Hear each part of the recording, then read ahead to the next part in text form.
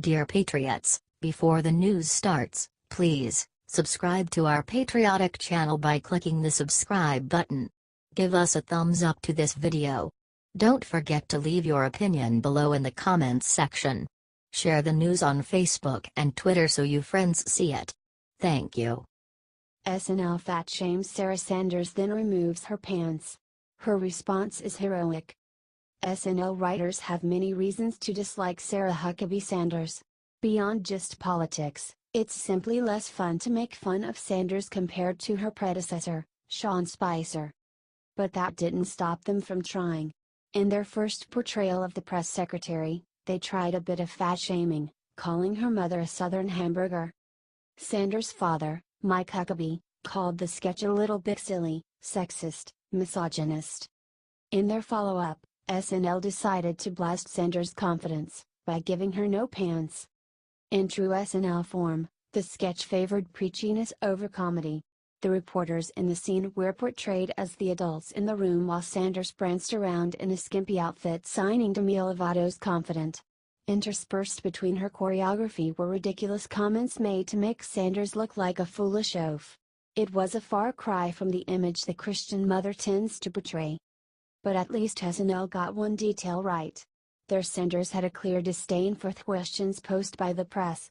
So does the real Sanders. She also doesn't seem to care about the show's nasty portrayal. During its airing, she was busy honoring our military in Japan with Donald Trump.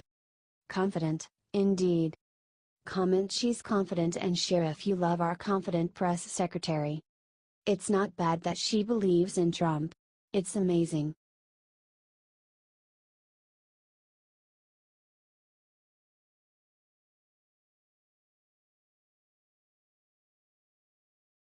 Two years after bashing him, this Saudi prince learned why you don't mess with Trump. Something incredible has happened in the world and the dopey mainstream media hasn't picked up on it. Trump just won Big Bulge today. How? Here's how. Here is Al Walid's tweet during the election. Tell me if you can see the pattern. Here is Al Walid's tweet during the election. Tell me if you can see the pattern. Then Trump hit back harder like he always does. After Trump won, dopey Prince Bintalal wrote him apology. Apology not accepted, ha ha ha ha ha ha ha. President Trump doesn't have any chill. Check this out. Saudi Arabia's Prince Al Walid bin Talal is a prominent member of the country's royal family and a wealthy investor. He has now been arrested. Saudi Arabia's King Salman just literally removed a host of prominent officials, including bin Talal. The Wall Street Journal reported that bin Talal was arrested. Former Finance Minister Ibrahim Al-Assaf was detained recently as well, according to Reuters.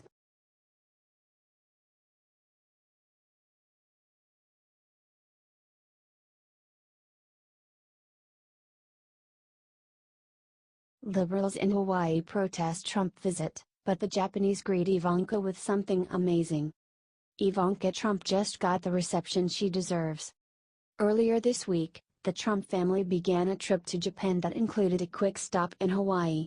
When they arrived in the island state, they were greeted by protesters wielding signs that say aloha also means goodbye, a jab that signaled that their greetings were actually calls for him to leave. After they did leave, they were given a much warmer reception by the Japanese. Ivanka Trump joined her father on her trip to Japan, and a few fans crashed her meeting with Japanese Prime Minister Shinzo Abe. Watch. Japan loves Trump, signs read, but the photos on the signs weren't of our president, they were of our first daughter. This foreign reception follows many positive responses to Trump visits. While Americans are busy protesting their democratically elected leader, the rest of the world loves to see the Trump family aboard. And they should. By making our economy great again, the Trumps aren't just improving America. They're making the world more stable, as well. Comment Japan loves Trump. And share if you would think Americans should honor our president like the Japanese. Unlike liberal Americans, the Japanese are making the Trumps feel loved and welcomed.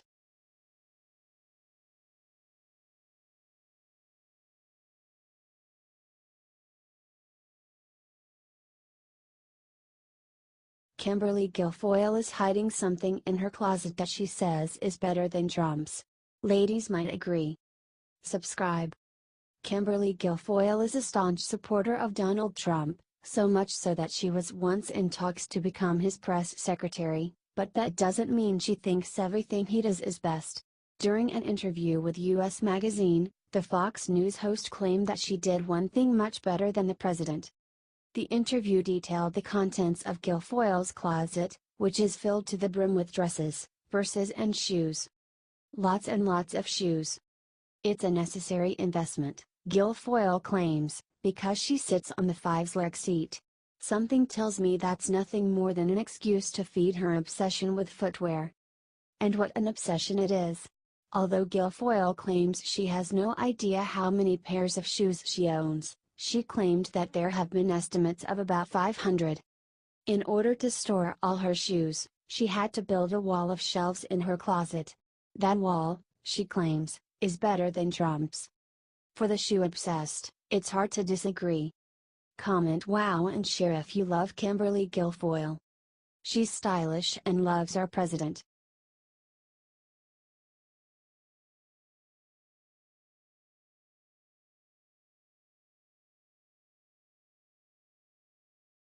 After viciously attacking Mike Pence for months, Mila Kunis gets spanked by Middle America.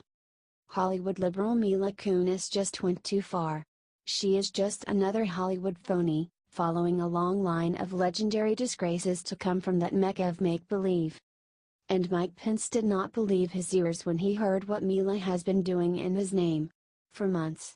Just out of spite. Look, Mike Pence is a man of faith. He is a man with deeply held beliefs and convictions. He does not hide who he is or what he believes, and that enrages the left because they want everyone to agree with them. So she has been making donations to Planned Parenthood in Mike Pence's name. Just to spite him and mock his beliefs. I apologize if I offend anyone. I put him on a list of recurring donations that are made in his name to Planned Parenthood. Every month, to his office, he gets a little letter that says like, an anonymous donation has been made in your name. I don't look at it as a prank, this is like, I strongly disagree, and this is my little way of doing it. It's a peaceful protest, she said.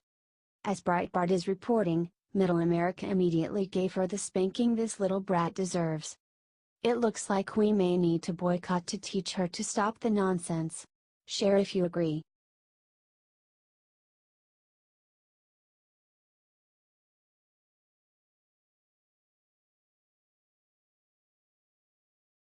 Nancy Pelosi finally admits reason why Dems and turncoat GOP can't impeach Trump.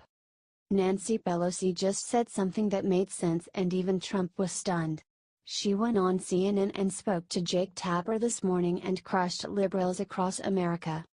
Pelosi, shockingly that it came from Nancy Pelosi of all people, threw cold water on the liberal and turncoat GOP dream of impeaching President Trump. In case you missed it, the left is mounting a full-fledged campaign to impeach Trump.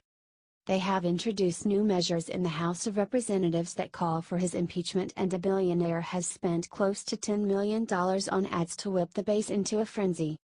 True, the Dems and turncoat GOP do not have the votes now to do it, and ad campaign does not impeachment make, but the threat is real for one reason.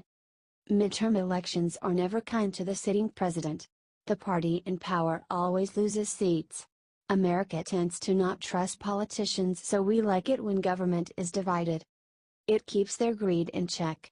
So the Dems, knowing history is on their side, are waiting for the House to flip to, as Lindsey Graham said, to immediately impeach Trump. And the turncoat GOP will join them, or so the liberal dream goes. It is a real threat, and it could happen, and every single liberal in America is waiting for the first day of a new Dem-controlled House. But according to Pelosi, they are waiting in vain.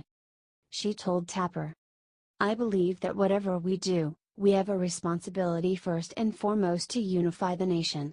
Second of all, you can't go down any path without the facts and the law. But it's not someplace that I think we should go," Pelosi said.